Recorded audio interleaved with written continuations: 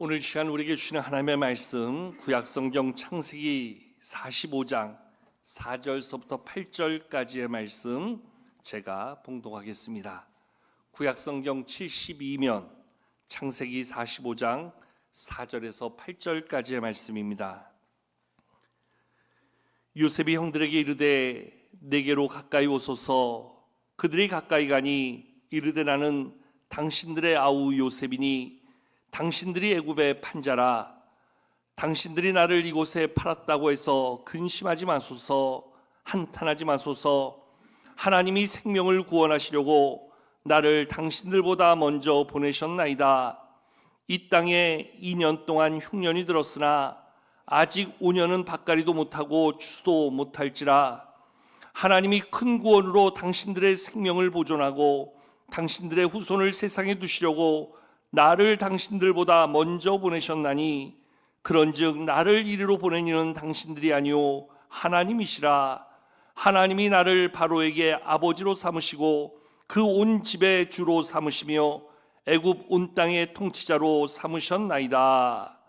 아멘. 이제 곧 시작하게 될 다음 세대 우리 교회학교 중심으로 이루어지는 여름 사역은 한 해 교회 사역 가운데 그 어느 것보다도 중요한 사역이라 이렇게 이야기할 수 있습니다.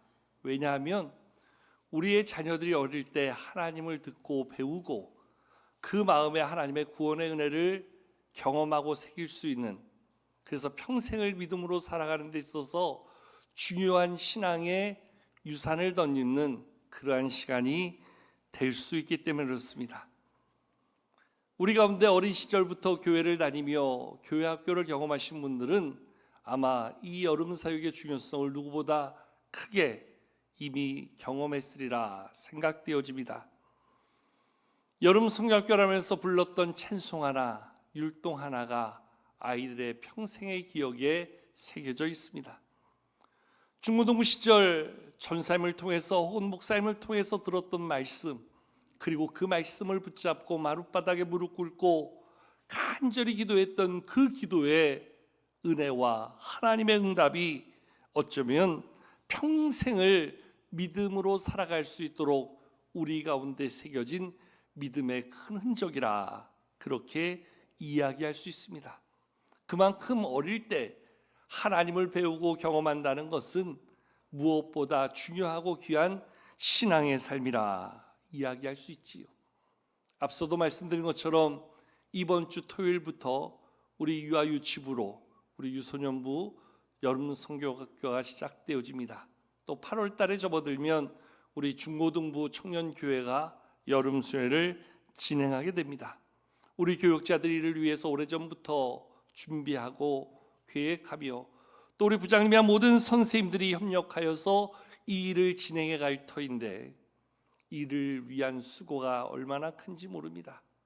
단지 교사들만의 문제가 아니라 온 성도들이 이 일을 마음에 담아 매 시간마다 함께 이 사역을 위해서 기도하고, 또 들어오시면서 보셨겠지만 우리가 이 사역 가운데 아이들 간식 하나라도 챙겨줍시다.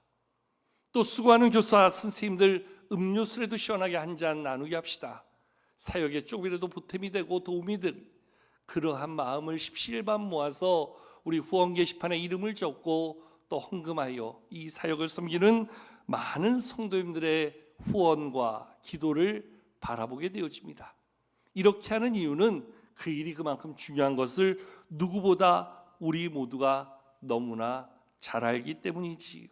어릴 때부터 하나님을 경험하고 그 믿음으로 산다는 것. 여러분 성경에도 보면요, 어릴 때 하나님을 알고 그래서 그 믿음 안에서 평생을 하나님의 사람으로 살아가며 특별히 하나님께서 주신 그 사명 앞에서 하나님의 큰 역사를 이루었던 믿음의 사람들이 나오지요. 어릴 때 경험했던 그 믿음이 저들의 인생 가운데, 저들의 사명 가운데 얼마나 중요한 모습이 되었는가. 그래서 이 7월 한 달을 보내면서 우리는 그들의 삶을 몇 사람 꼽아서 살펴보려고 합니다. 오늘 우리가 읽은 말씀처럼 요셉에 대해서, 다음 주는 다윗에 대해서, 그리고 마지막 주에는 포로 시기에 믿음으로 하나님의 역사를 이루었던 다니엘에 대해서 우리가 한번 살펴보려고 하는데요. 오늘 말씀에 등장하는 이 요셉이라는 사람, 여러분, 그의 이야기의 시작은 창세기 37장 꿈의 이야기로부터 시작되어지지요. 어느 날 그가 꿈을 꿨는데 그 꿈의 내용은 이런 내용입니다. 갑자기 자기의 볕단이 일어서는데 11개의 볕단이 자기를 둘러서서 절을 하는 겁니다. 어라? 이게 뭐지? 11개의 볕단이 일어서서 자기를 향해 절을 하고 있는데 그 모습이 너무나 남다른 겁니다. 또 한 번 꿈을 꾸는데 이번에는 하늘의 해와 달과 11별이 자기를 향해서 똑같이 절을 하고 있는 겁니다. 그래서 이 신기한 꿈의 이야기를 아버지 야곱과 다른 형제들에게 말하게 되지요. 근데 이것을 말함으로 인해서 오히려 요셉은 큰 공경에 처하게 되지요. 형들이 요셉을 시기하고 미워하여 분노함으로 그를 죽이려 하다가 미디안 상인들에게 그를 팔아버립니다. 그래서 하루 한날 요셉은 미디안 상인에게 팔려진 자가 되지요. 그렇게 팔려진 요셉이 애굽의 한 집에 팔려가게 됩니다. 노예로 팔려가게 되는데 그 집이 바로 당시 애굽의 왕 바로의 친위대장 보디발의 집이었습니다. 그의 성실함 속에 이 보디발이 요셉을 신뢰함으로 그에게 집안의 모든 일을 맡기는 총무 역할을 맡기게 됩니다. 그래서 이제 집주인의 신임을 받고 생활하던 중 그 모습이 남다른 모습을 바라보면서 이 보디발의 아내 여주인이 요셉에게 마음을 뺏기고 그를 유혹하게 되지요.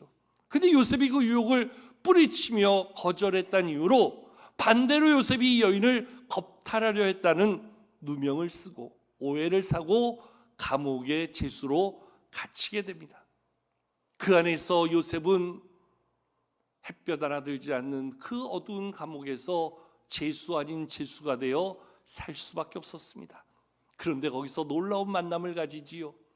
바로 왕의 술 맡은 관원장 누명을 쓰고 그도 감옥에 들어왔다가 꿈을 꾸는데 꿈을 해석해 주면서 이 술 맡은 관원장이 요셉이 해석해 준 꿈대로 복직이 되어서 다시금 감옥에서 떠나가게 됩니다. 떠나가는 술 맡은 관원장에게 나를 기억해 달라 이야기하지만 이미 술 맡은 관원장에게 요셉은 잊혀진 자가 되지요. 그렇게 2년이라는 시간이 지나고 났는데 어느 날 애굽의 왕 바로가 꿈을 꿉니다. 그런데 그 꿈을 해석할 자가 아무도 없어요. 아무리 사방으로 찾아도 찾을 수가 없는 겁니다. 그때 요셉이 꿈을 해석해주고 복직이 되었던 술 맡은 관원장이 감옥에서 지난날 자기의 꿈을 해석해줬던 요셉을 떠올리게 됩니다. 그래서 요셉을 추천하고 바로 왕이 요셉을 불러서 제수의 신문을 했던 요셉이 바로 왕 앞에 가서 바로의 꿈을 해석해 주게 됩니다. 당시 바로가 꿨던 꿈은 이런 꿈이지요. 7마리의 암소가 등장하는데 살찌고 아주 기름이 진 그러한 암소가 등장합니다. 7마리나. 그러고 나더니 다시금 이번에는 7마리의 암소가 또 등장하는데 이번에는 아주 비쩍 마르고 병들고 연약해 보이는 7마리의 암소가 등장하는 겁니다. 근데 아무도 그 이유를 해석하지 못하는 겁니다. 바로가 술 맡은 관원장을 통해서 요셉을 불러 세우고 꿈의 이야기를 해주고 이 꿈이 무엇을 의미하느냐 너는 해석할 수 있겠느냐 그랬더니 요셉이 모든 해석은 하나님께로부터 나옵니다. 그러면서 하나님의 계시를 받아 꿈을 해석하는데 7마리의 살찐 암소는 앞으로 주어질 7년 동안의 풍년의 시간을 이야기하고 병들고 쇠약한 7마리 암소는 그 뒤에 이어질 흉년의 7년을 이야기합니다. 즉 7년 동안의 풍년을 잘 준비하여서 7년 흉년의 시간을 잘 이겨낼 수 있도록 그것을 대비하라는 사인입니다. 꿈을 해석해 주니까 바로가 그 꿈의 이야기를 듣니 너무 신통한 거예요. 그래서 그 자리에서 바로가 요셉을 향해서 그러면 그거 네가 한번 해봐라. 그래서 어제까지만 해도 감옥에 제수로 있던 요셉이 일약 애굽의 총리로 세워지게 되지요. 그래서 7년의 시간 동안 모든 땅의 풍년의 소출을 창고에 잘 비추게 둡니다. 그리고 7년이 지나고 8년 차 온 땅에 흉년이 드는데요, 온 땅에 양식이 떨어져 사방에 난리가 나는 거지요. 양식이 있다는 곳은 사람들 어디를 마다하지 않냐고 양식을 구하러 다니는데 결국 누구 앞에 오게 됩니까? 애굽의 총리였던 요셉 앞에 옵니다. 그리고 양식을 구하기 위해서 다 머리를 조아리는데 그 자리에 누가 나옵니까? 요셉의 형들, 요셉을 팔았던 형들이 오게 됩니다. 그것도 2번이나. 그 형들이 와서 머리를 조아리면서 우리에게 양식을 팔라고 머리를 조아리면서 사정을 하는데, 그 모습이 요셉이 꿨던 꿈대로 그대로 그 모습이 되어진 것이지요.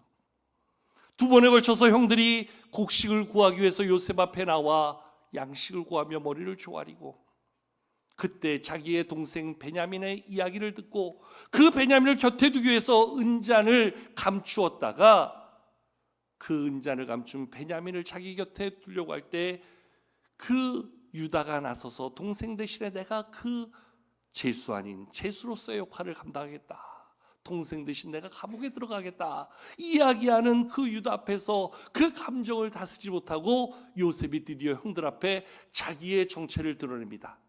바로 내가 형들이 팔았던 그 요셉입니다. 자기의 정체를 드러내는 장면이 오늘 본문 말씀의 내용인데요. 자, 우리 오늘 본 말씀 한번 4절 말씀 한번 같이 읽어보실까요? 4절 함께 읽겠습니다. 시작. 요셉이 형들에게 이르되 내게로 가까이 오소서. 그들이 가까이 가니 이르되 나는 당신들의 아우 요셉이니 당신들이 애굽에 판 자라. 지금 요셉이 형들 앞에서 이야기하는 것이, 보십시오, 바로 내가 요셉입니다. 형들이 보고 얼마나 놀랐을까요? 팔아버렸는데 그 요셉이 애굽의 총리가 돼 있다니, 우리가 그의 앞에 지금 머리를 조아리면서 양식을 구하고 있다니. 그런데 이러한 상황보다 더 기가 막힌 것은 요셉이 하는 말이었어요. 요셉이 지금 4절 마지막 부분에 뭐라고 이야기합니까? 나는 당신들의 아우 요셉이니 당신들이 애굽의 판 자가 바로 나입니다. 나를 팔아버린 자가 형들이라고 형들의 잘못을 대놓고 이야기하고 있어요. 여러분, 얼마나 기가 막힌 상황입니까? 지금 요셉의 형들의 입장에서는 아마 그런 생각이 들었겠죠. 죽었다, 이제 끝났다, 우리는 이제 어떻게 할 수가 없구나. 요셉이 자기들에게 어떠한 위해를 가해도 형들은 할 말이 없을 거예요. 자기들의 행한 잘못도 그럴 뿐더러 지금 권력의 한 중심에 있는 요셉이 자기들 생명 몇 명 하는 거 아무 문제 안 되잖아요. 그런 요셉이 지금 형들을 향해서 형들이 나를 팔았지 않았느냐 이렇게 이야기하고 있어요. 얼마나 두려웠을까요? 형들의 입장에 얼마나 떨렸을까요? 고개를 들지 못했을 거예요. 그런데 요셉의 이야기는 거기서 끝나지 않아요. 그러면서 요셉이 5절 말씀에 뭐라고 이야기하는가? 우리 이어서 5절도 한번 읽어보겠습니다. 5절입니다. 시작. 당신들이 나를 이곳에 팔았다고 해서 근심하지 마소서. 한탄하지 마소서. 하나님이 생명을 구원하시려고 나를 당신들보다 먼저 보내셨나이다. 아멘. 죽었다, 큰일 났다 생각하고 있는 형들의 마음을 요셉이 간파하듯 지금 요셉이 형들에게 이야기합니다. 나는 형들이 판 바로 나 요셉인데요, 형님들 걱정하지 마십시오.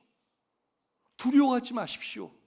근심하고 한탄할 필요가 없습니다. 왜냐하면 하나님이 우리를 구원하시기 위하여 나를 당신들보다 먼저 이곳에 보내신 것뿐입니다. 이 이야기를 7절에서 한 번 더 이야기하는데 7절도 한번 읽어보실까요? 7절입니다. 시작. 하나님이 큰 구원으로 당신들의 생명을 보존하고 당신들의 후손을 세상에 두시려고 나를 당신들보다 먼저 보내셨나니. 하나님이 나를 당신들보다 먼저 보내셨다 이야기하고 있는 거예요. 그래서 오늘 요셉은 이 이야기를 결론적으로 8절에서 이렇게 이야기해 주고 있지요. 그런즉 나를 이리로 보낸 이는 당신들이 아니라 누구시라고요? 하나님이십니다. 나를 보내신 분은 형들이 팔아서 내가 여기 온 것 같지만, 형들 때문에 이 고생을 한 것 같지만 아니라는 거예요.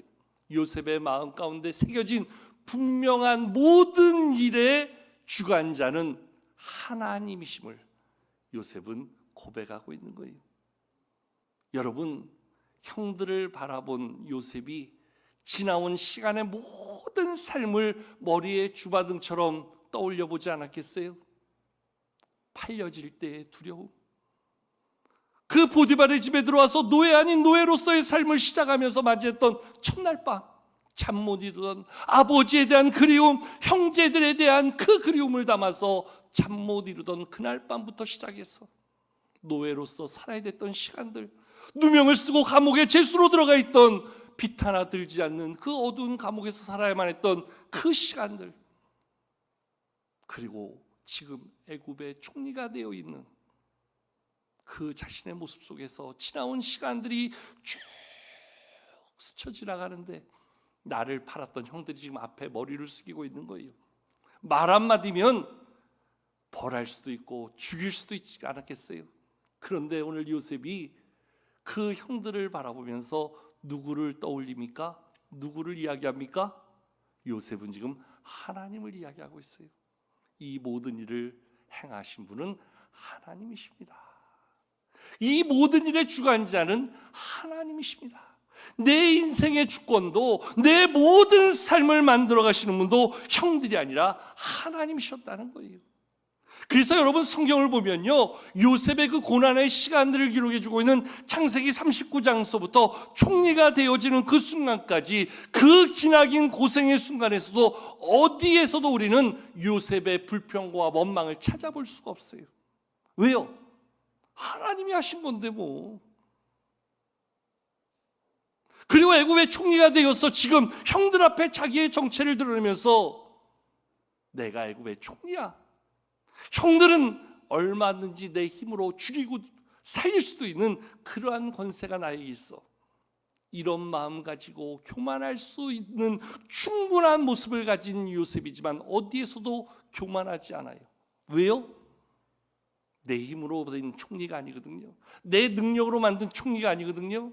하나님이 나를 세우셨다는 거예요. 그래서 요셉은 어디에서도 교만한 모습을 드러내질 않아요. 그러면서 요셉은 알았어요. 왜 하나님이 나를 여기에 세우셨는가? 왜 그 힘든 고난의 시간을 지나서 그 고난의 길을 헤쳐 애굽의 총리로 서서 오늘 이 자리에 있게 하셨는가? 오늘 말씀에 보면 우리가 읽지 않았지만 뒤에 11절에 아직도 남은 5년의 시간, 그 시간 나의 가족들 돌보고 지키고 세우기 위하여 하나님은 나를 먼저 이곳에 보내셨다. 자, 11절 말씀 한번 이어서 읽어보실까요? 11절 함께 읽겠습니다. 시작. 흉년이 아직 5해가 있으니 내가 거기서 아버지를 봉양하리이다. 아버지와 아버지의 가족과 아버지께 속한 모든 사람에게 부족함이 없도록 하겠나이다 하더라고 전하소서. 예, 이 말씀은 형들에게 이제 아버지가 가서 전하라는 거예요. 아버지, 이제 이 애굽으로 모셔서 내가 잘 앞으로 오게 될 5년의 흉년의 시간을 잘 돌보고 섬기고 지키겠습니다. 하나님이 그것을 나의 사명으로 주셨다는 거예요. 그래서 앞서 우리가 볼 수 있는 그 5절 7절에서도 하나님이 나를 보내신 이유는 다 하나님의 구원을 이루게 하시기 위하여, 반복적으로 요셉이 그것을 이야기하지요. 내가 총리가 된 것, 지금 나에게 이러한 자리, 이런 역할이 주어진 것은 나 하나 부귀영화 누리고 잘 살라고가 아니라 하나님이 주신 사명, 우리 아버지와 모든 가족들 이 어려운 시간들을 잘 지켜낼 수 있도록 하나님이 그 사명을 나에게 주신 것입니다. 이야기하고 있는 것이지요. 그러한 모습 속에서 오늘 요셉은 자기의 자리, 자기의 역할을 알았기에 그 고난의 시간을 보내면서도 원망이 없어요, 불평이 없어요, 낙심이 없어요, 절망이 없어요. 반대로 그러한 세워진 자리에서도 그것은 나에게 주신 사명의 자리이지 내가 잘나서 내가 잘해서 된 게 아니기 때문에 교만하고 나를 드러내고 자랑할 것도 없는 거예요. 여러분, 오늘 우리의 삶을 보십시오. 우리는 얼마나 하나님의 주권을 인정하며 사시는지요. 살면서 우린 조금만 어려운 일 당해도, 조금만 힘든 상황 만나도 끝없이 무너지는 것이 우리의 마음이에요. 그게 우리의 연약한 실체예요. 저나 여러분들이나 마찬가지로 다 그렇지 않습니까? 그 문제만 바라보면 이제 끝난 것 같고, 그 문제 때문에 이제 우리는 더 이상 일어설 힘도 다 잃어버린 것처럼 절망스럽게 모든 것이 탄식과 아픔으로 우리의 마음을 여미오잖아요. 그게 우리의 연약한 한계더라고요. 조금만 잘 돼 보십시오. 다 내가 잘나서 잘해서 내가 잘해서 된 것처럼 그저 세상 하늘 끝 높은지 모르고 올라가는 게 우리의 마음이잖아요. 그러다 보니까 우리는 조금만 뭐하면 절망하고, 또 조금만 잘 된다 싶으면 교만하고, 그게 우리의 모습이에요. 근데 그러한 우리들에게 요셉이 이야기합니다. 낙심할 것 없어요. 교만할 것 없어요. 우리의 모든 시간 삶을 주관한 분이 하나님이시고요, 그 일을 위해서 하나님이 때로 나를 그 고난의 길로, 때로는 나를 그 총리의 자리에 세우셨던 것, 그것뿐이라는 거예요. 여러분, 요셉이 어떻게 애굽의 총리가 될 수 있었을까요? 공부 잘해서요? 시험 잘 봐서요? 자격증 얻어서요? 아니잖아요. 하나님이 세우셨잖아요. 그 세우신 자리에 올라갈 수 있도록 그 술 맡은 관원장 만날 수 있게 감옥 보내셨던 거예요. 그 감옥에 들어가는 과정 속에서 그 누명을 써야 했고, 오해를 사야 됐고, 그리고 그 집에 노예로 살 수밖에 없는 시간도 필요했던 거지요. 그렇게 따져보면 그 상황만 놓고 보면 죽을 만큼 힘든 시간이지만, 그 시간조차도 하나님이 계획하시고 하나님이 만들어 가시고 하나님이 우리 가운데 손 내밀어 붙잡고 나아가는 시간이다, 이야기할 수 있다라는 거지요. 여러분, 요셉의 이 신앙이 언제부터 만들어졌을까요? 요셉의 이 신앙이 언제부터 분명하게 설 수 있었을까요? 성경의 요셉의 신앙이 언제부터 그러했다 하는 사실을 구체적으로 이야기하진 않아요.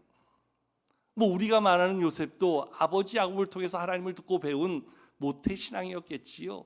그가 언제 인격적으로 하나님을 만나고 구체적으로 하나님을 경험했다는 이야기는 없지만, 성경에 담긴 사건을 보면 요셉이 어릴 때 그 마음에 하나님을 담고 그가 전하는 고백을 통해서 그때 이미 요셉의 모습 가운데 하나님께 대한 분명한 신앙이 새겨져 있었구나 하는 것을 우리가 유추해 볼 수 있는 사건, 유추해 볼 수 있는 고백이 있는데요. 지금 길지만 한번 읽어보실까요? 창세기 39장 7절에서 9절까지 말씀해 보면 그 요셉을 유인하는 여주인 보디발의 아내의 유혹과 그것을 뿌리치고 있는 요셉의 고백이 담겨 있는데요. 우리 7절부터 9절까지 길지만 우리 화면을 보면서 같이 한번 읽어보겠습니다. 시작. 그 후에 그의 주인의 아내가 요셉에게 눈짓하다가 동침하기를 정하니, 요셉이 거절하며 자기 주인의 아내에게 이르되 내 주인의 집안의 모든 소유를 간섭하지 아니하고 다 내 손에 위탁하였으니 이 집에는 나보다 큰 이가 없으며 주인이 아무것도 내게 금하지 아니하였어도 금한 것은 당신뿐이니 당신은 그의 아내임이라. 그런즉 내가 어찌 이 큰 악을 행하여 하나님께 죄를 지으리이까. 아멘. 요셉을 유혹하는 여인 앞에서 요셉이 그 유혹을 뿌리치면서 이것은 내 주인이 금한 것입니다 이야기하고 있어요. 우리가 읽지 않았지만 그 다음 10절에 보면요, 이 여인의 유혹이 날마다 요셉을 흔들었다는 거예요. 한 번, 두 번 물리치는 것으로 끝나는 것이 아니라 정말로 이 여인이 포기할 때까지 요셉은 자기 마음을 지키면서 내가 해서는 안 될 것, 내가 나를 지켜야 될 것을 분명히 그 마음에 새기고 그것을 지켜가는데요. 오늘 요셉이 이 여인을 향해서 했던 그 고백 하나를 우리는 주목하게 됩니다. 마지막 9절에 보면요, 요셉이 이렇게 이야기하지요. 내 주인이 금한 것은 당신뿐인데 이것은 그저 주인과 나와의 문제가 아니라는 거예요. 요셉이 이렇게 이야기하지요. 지금 이 일 가운데 내가 어찌 이 큰 악을 행하여 내 하나님 앞에 죄를 지을 수 있겠습니까? 여러분, 지금 요셉은 누구를 의식하고 있는 거예요? 하나님이에요. 요셉의 마음속에 지금 누가 계신 거예요? 하나님이 계신 거예요. 그저 단순히 주인의 명령에 따라 내가 해야 할 것, 하지 말아야 할 것을 구분하여서 그가 자기를 지키는 게 아니라 요셉은 지금 그 마음에 누구를 담고 삽니까? 하나님을 담고 사는 거예요. 하나님의 말씀, 하나님의 뜻을 따라서 내가 해서는 안 되는 것, 이것이 얼마나 큰 악인가를 요셉은 마음에 분명히 기준하여 살았다는 거예요.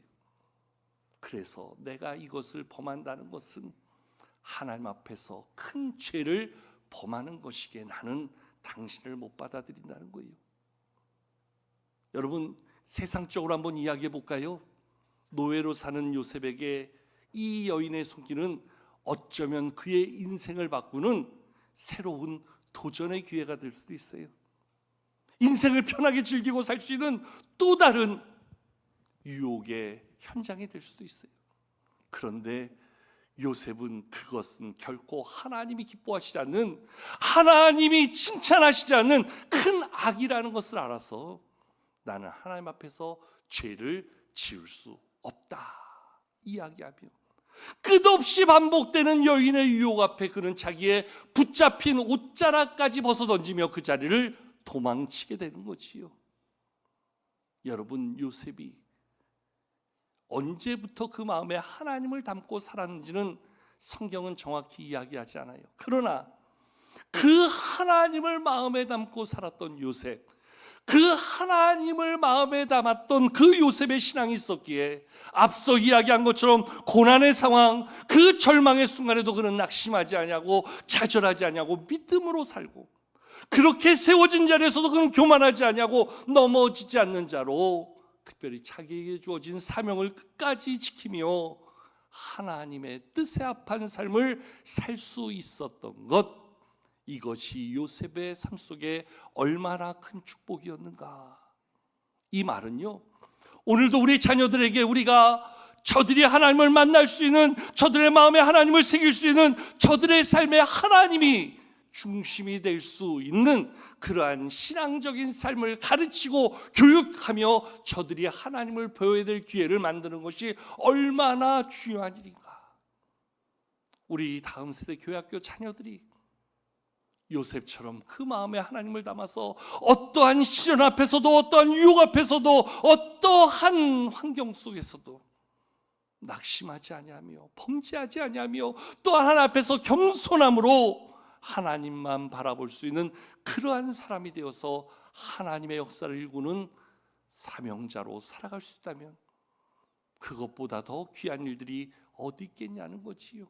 그것을 위해서 우리는 아이들에게 무한한 기도와 후원을 통해서 저들을 격려하고 저들을 가르치는 일에 우리 수고하는 선생님들을 격려하는 그러한 모습을 만들어 가고자 하는 것이지요.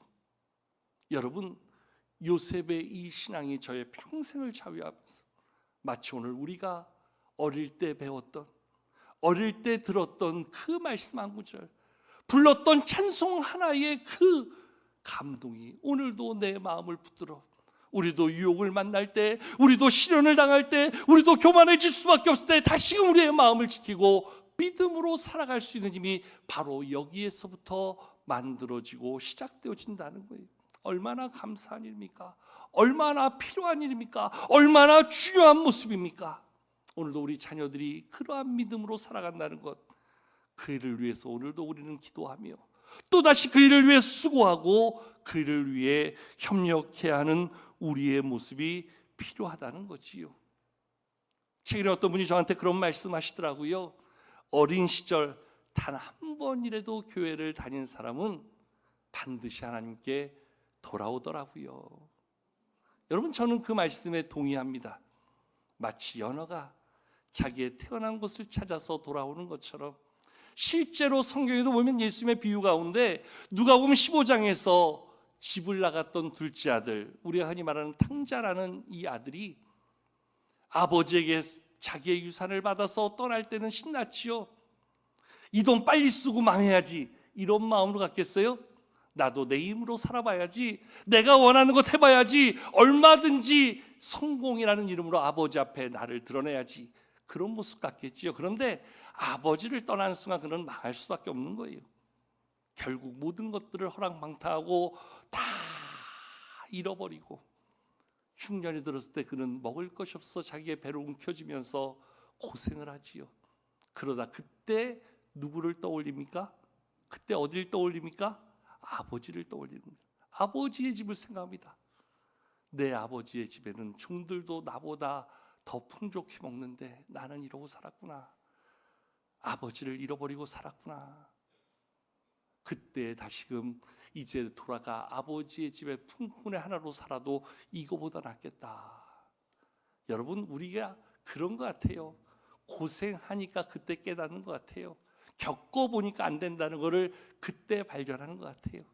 이 탕자가 그때 아버지 앞에 돌아올 마음을 갖게 되어지지요. 여러분, 하나님을 들은 사람, 하나님을 배운 사람, 그 고난 만나면 돌아오더라고요. 그래서 그 한 번의 기회라도 만들어주는 것 너무너무나 중요하다는 거예요. 하나님을 듣고 배울 수 있는 그 믿음의 추억을 새겨주는 것 너무너무 중요하다는 거예요. 그런데요, 저는 사실 거기서 만족할 것이 아니라는 거지요. 요셉처럼 그 마음에 하나님을 심어서 평생 믿음으로 살고 평생 하나님의 사명자로 살 수 있다면 아마 그는 교회의 큰 일꾼이 될 거예요. 국가적인 일꾼이 될 거예요. 세계의 하나님의 역사를 이루는 그러한 일꾼이 될 수도 있을 거예요. 우리가 우리의 자녀들을 믿음으로 양육하는 것, 바로 그 꿈을 꾸면서 그 일을 만들어가는 것이요. 저는 그렇게 기도합니다. 우리 교회학교 아이들 이번 성교학교를 통해서, 이번 수련을 통해서 우리 주님을 만나는 요셉과 같은 아이들이 될 수 있다면 그들을 통해서 하나님의 역사가 새로워질 것이다. 그 일을 위해서 우리가 기도하는 거지요. 오늘 이 시간 우리가 함께 여름 사역을 위해서 기도하며 우리의 자녀들 요셉과 같이 주님 만나고 그 마음에 주님을 새기고 어떠한 유혹 앞에서 넘어지지 않고 내가 어찌 이 큰 악을 행하여 하나님 앞에 죄를 범할 수 있겠습니까? 자기를 지켜낼 수 있는 믿음의 힘을 갖게 해달라고. 이번 여름 사역을 통해서 주님을 그 마음에 새기는 믿음의 분명한 흔적이 그 마음에 채워지게 해달라고 우리가 기도하며 나갈 때 우리의 기도 가운데 우리 하나님, 우리의 자녀들 한 명 한 명을 그러한 믿음으로 세워가 주실 줄로 믿습니다. 그 일 위해서 함께 기도하며 이번 여름 사역 가운데 하나님의 큰 은혜를 함께 구하는 우리가 되어야 될 줄로 압니다. 이게 어린아이들의 문제만이 아니잖아요. 오늘도 다시 그 말씀 앞에서 우리를 돌아보는 겁니다.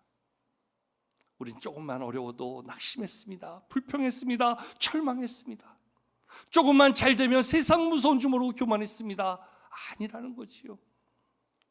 내 삶의 주권이 하나님께 있음을 깨달을 때 아무리 어려워도 낙심하지 않아요.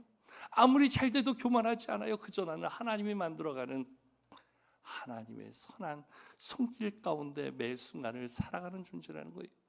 그러면서 그 순간마다 내가 감당해야 될 내 몫의 사명이 무엇인가, 내 몫의 믿음의 모습이 무엇이 되는가, 그걸 다시 한번 찾아갈 때 우리는 오늘도 이 시대 가운데 요셉과 같은 멋진 믿음의 모습으로 하나님의 영광을 이루어가는 믿음의 승리자들이 다 될 줄로 믿습니다.